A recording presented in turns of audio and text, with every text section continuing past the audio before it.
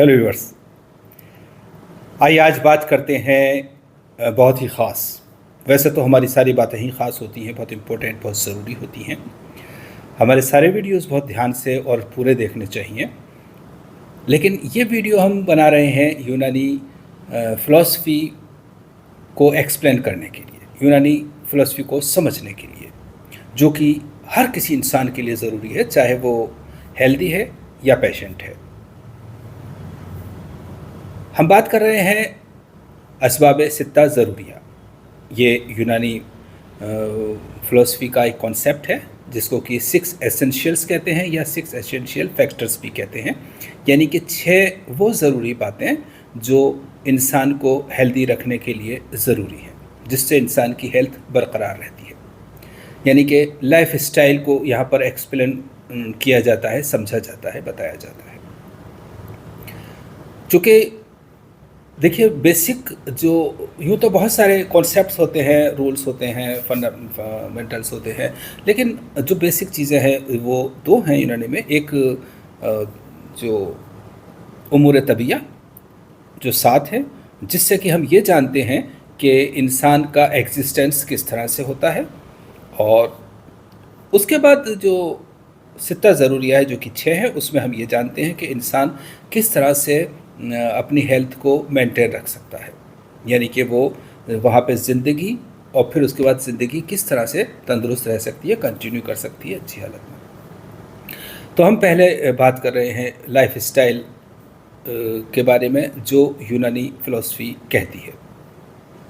चूँकि यूनानी फ़िलॉसफ़ी इंसान को नेचुरल तरीक़े से नेचर का एक हिस्सा मानते हुए स्टडी करती है और वो उसको उसी तरह से जीने की और आगे बढ़ने की सलाह देती है नेचुरल तरीक़े से। तो सबसे पहले हम यहाँ पर देख सकते हैं कि ज़िक्र किया जाता है हवा का।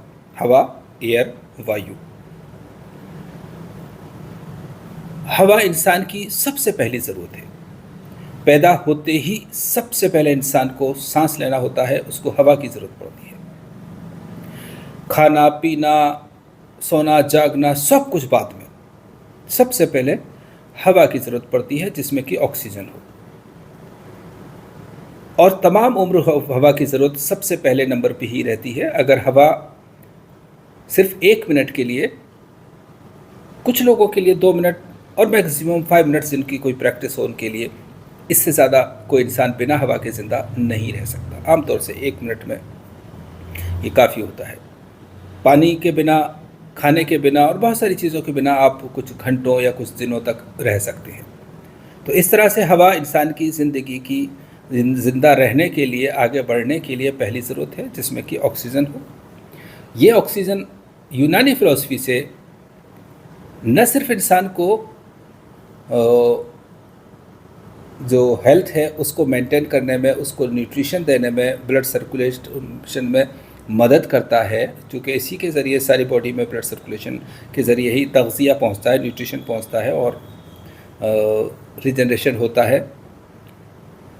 बल्कि यहाँ पर रूह जो है वो भी ऑक्सीजन से या वायु से पैदा होती है, बनती है, जो कि उसके अपने सिस्टम्स को चलाती है, उसके अफ़ाल को, उसके क़वा को चलाती है। तो रूह की बात हम फिर कभी करेंगे ज़रा सा। फ़िलहाल हम ये हवा की को एक बार एक्सप्लेन समझें, हमारी ज़िंदगी में इसकी क्या इंपॉर्टेंस है, हमारी हेल्थ के लिए क्या इंपॉर्टेंस है इसकी। तो हम जहाँ भी रहते हैं वहाँ की हवा साफ़ होनी चाहिए, उसके अंदर ऑक्सीजन होना चाहिए। अगर हम ऐसी जगह रहते हैं जहाँ पे कि पोल्यूशन है, तो हमें कोई ना कोई ज़रिया निकालना चाहिए, जिस तरह से मॉर्निंग वॉक करना है, किसी गार्डन में जाना या बाहर ओपन एरिया में जाना। चाहे सुबह जाए तो सबसे बेहतर होता है, इसमें कोई दो राय नहीं।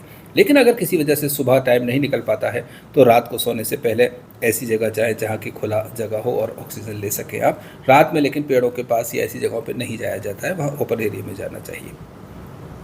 तो इस तरह से हवा का हमारी ज़िंदगी में सबसे पहला नंबर है। और ये जो हवा है इसकी 2 तरह से हमारे जिस्म में काम करती है, एक तरवीह और एक तनक़िया।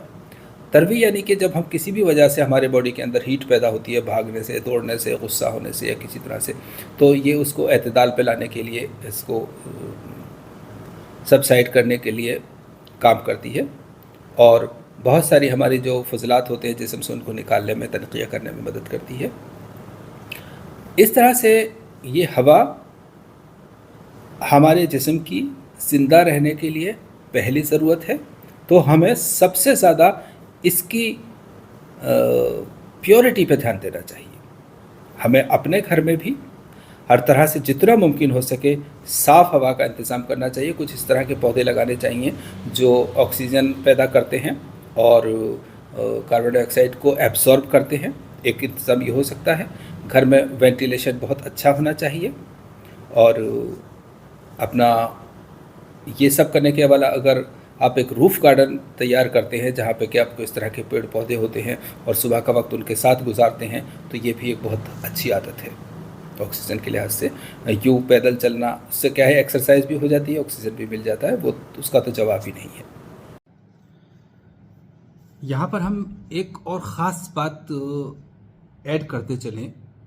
चूँकि एयर के बारे में या ऑक्सीजन के बारे में बहुत सारी रिसर्चेस हैं, बहुत सारी स्टडीज़ हैं, बहुत सारे एक्सप्लेनेशंस हैं, बहुत सारे एक्सपीरियंसेस हैं। ये कुछ भी इसके बारे में कहना बहुत नया नहीं है। लेकिन जब हम यूनानी फ़िलासफ़ी की बात करते हैं और उस नज़र से हम हवा को देखते हैं, तो फिर हवाए नसीम यानी ऑक्सीजन जो हमारे जिस्म में जाने के बाद ऑक्सीजन देती है और सारे तक़सीम में मदद करती है, वो तो एक नॉर्मल सिंपल सी बात है।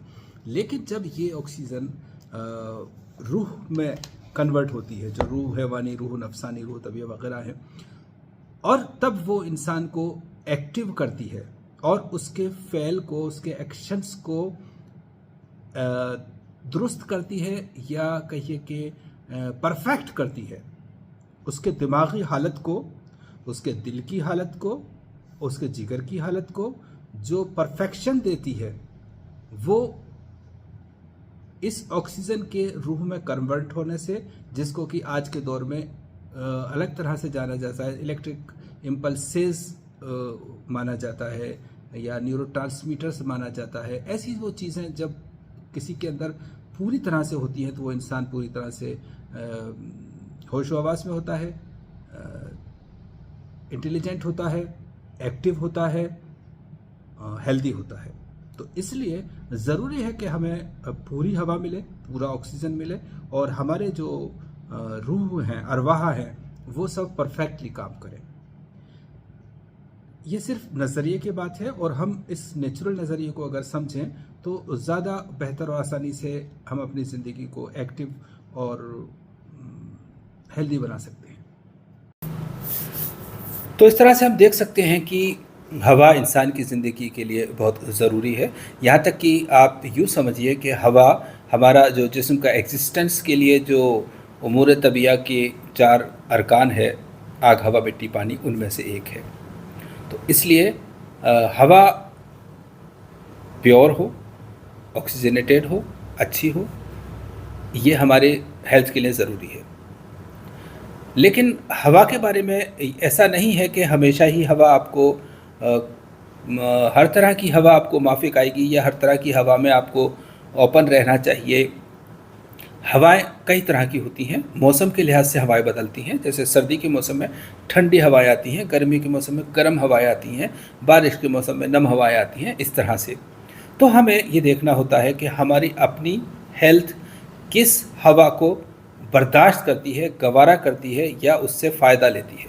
मिसाल के तौर पे हमारा मिजाज गर्म है, यंग एज है, तो हमें सर्द हवाएं बहुत ज़्यादा नुकसान नहीं करेंगी, फ़ायदा करेंगी, जब तक कि वो बहुत ज़्यादा ना हो जाए। अगर हमारा जिस्म इस बात को इजाज़त नहीं देता, उम्र ज़्यादा है, मिजाज बलगमी है, तो हमें ठंडी हवाओं से बचना चाहिए।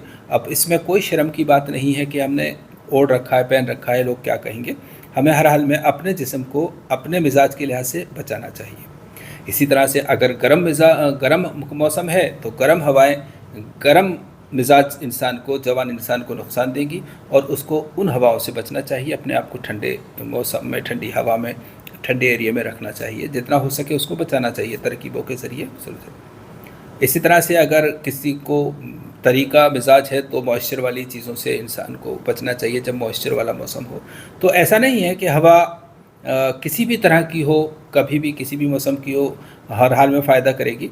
हवा को हम जब तक सिर्फ ऑक्सीजन की हैसियत से मानते हैं तब तक वो हमारे लिए ज़रूरी है, फ़ायदा करती है।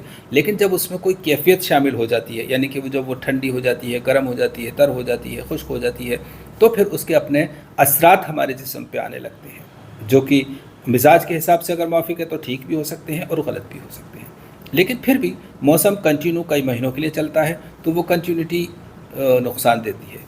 इसलिए हवा को हमें अपने मिजाज के मुताबिक, अपनी उम्र के मुताबिक उससे फ़ायदा उठाना चाहिए और उससे इंटरेक्ट करना चाहिए अपना से, किस तरह से हमारी कौन से वक्त की हवा हमारे लिए फ़ायदेमंद है।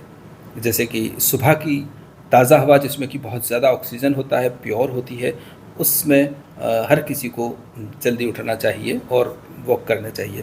और यही वजह है कि तकरीबन हर मज़हब में सुबह जल्दी उठने के लिए की ताकीद की गई है और फिर अपनी अपनी तरह से इबादत की भी ताकीद की गई है ताकि एक्सरसाइज हो जाए। और जो जल्दी सोता है वो तंदुरुस्त रहता है।